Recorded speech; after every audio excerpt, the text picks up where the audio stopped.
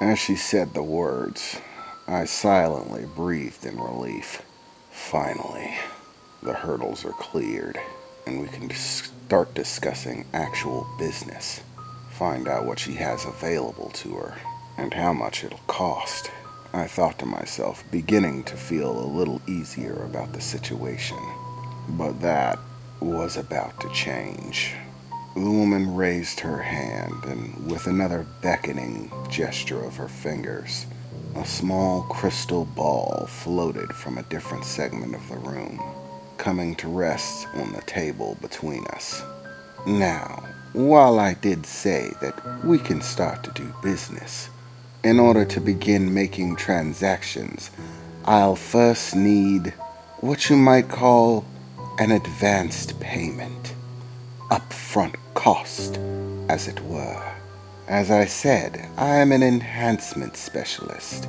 My knowledge and skill set is that of finding ways to empower magic, make it stronger. And there are a great many things that can do this. One thing that is of immense value in the magic that I practice is specific magical energies, kinds that require very specific circumstances in order to create, and thus they are extraordinarily hard to come by, and therefore exceptionally valuable. Money is all well and good, and more than has its uses. However, young man, if you wish to truly do business with me, then I will need something else. Something powerful. Something valuable that will aid my work. Many people do not know this, but the interactions between individuals can have extraordinary power. Like most wouldn't believe, the power of hatred for someone who has wronged you, the adulation of someone you admire, the compassion for someone you love. These and so many other things can be extraordinarily powerful. The energies gathered from these interactions can have astounding effects on magic. Today you came to me with two visitors. One might call them the angel and the devil on your shoulder. One girl, sweet, kindly, innocent. The other of a much darker persuasion. It is clear to me now that you need both of them, that they are important to you. They are the devil and the angel on your shoulders, your conscience and your desire, the light and the dark. And yet they are also important assets. You need them, whatever the reason be, not simply as a matter of practical necessity, but as important people, those you care about, those whose opinions of you matter. For example, you should see the look your little friend, Eliza, was it, is giving you right now.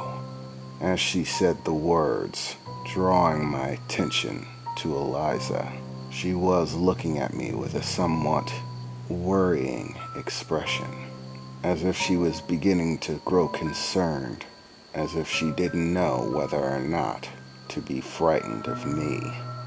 Yes, and herein lies the power, the woman announced as I turned back towards her.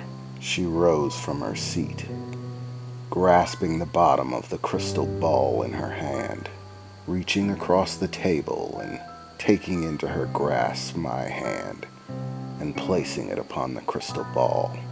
The price that I would ask you to pay in exchange for access to my resources is the power of a secret revealed, not just to me or kept in quiet, solitary isolation locked away from the nicer parts of your life.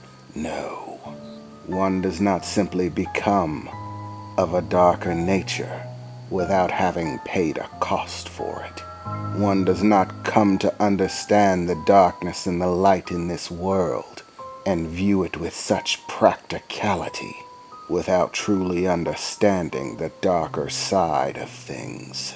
And yet I sense that the angel on your shoulder is unaware of these dark events, the kind of events that can shatter a person, that can change them into an entirely different being altogether.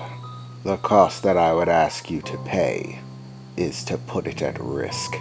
I believe that you keep that darkness locked away for fear that it might frighten away the light in your life. But if you wish to protect that light, then I ask you to take a risk. Will you chance losing that light if it means saving it? Will they stand beside you if they know the true darkness that exists within? This is your choice. Reveal the dark secrets that dwell within your mind, here and now, for all to hear, and allow me to collect the energy from that transaction. And you can consider the deal done, and we can begin exchanging goods. The choice is yours, young friend, the woman said, staring at me, holding my hand on top of the crystal ball, a small violet glow beginning to emanate from its core. I clenched the crystal ball, grit my teeth. Damn it, I thought to myself. I have to reveal a secret. Reveal something dark. Something that affected me drastically. And hope that Eliza can deal with it. For a few moments, I simply stood there, exchanging that serious gaze with the woman at the other end of the table, questioning everything. Could this actually work? If I lose Eliza, this entire plan is dead in the water. But if I don't, the plan is dead in the water. She has me. The only option forward, the only possibility where I can actually protect anything, where I can keep what I have, is if I take the risk. At this point, she's given me no choice. Damn it all. For a moment, I look back at Eliza, her face beginning to grow ever more concerned by the moment. And I'm sure the way that I'm looking at her at the moment isn't doing me any favors. And in that moment, the words that the man in the pinstripe suit spoke to me came back, running through my mind on a loop. No, this isn't simply my choice. I can't make it alone. I turned to Eliza, my grasp still firm on the crystal ball. Eliza, I announced, the truth can be a powerful thing, just as the truth can give one the strength to fight the battles that are necessary. The truth can also crush you. The truth can be cruel and unforgiving. The truth can rip the beating heart from your chest and destroy everything you think you know. Eliza, this is your choice as well as mine. I warn you, once the truth is known, it cannot be unknown. It is yours whether you want it or not, forever and always. This is the cost of the truth. If you are willing to accept it, if you are willing to bear the burden of the truth, then I will accept the deal and tell you what you don't know. But if you decline, I'll walk away. This can end here and now. But the one who needs to make the choice, Eliza, is you. Can you accept the burden of the truth? I said, staring back at her. For a few moments, Eliza looked surprised.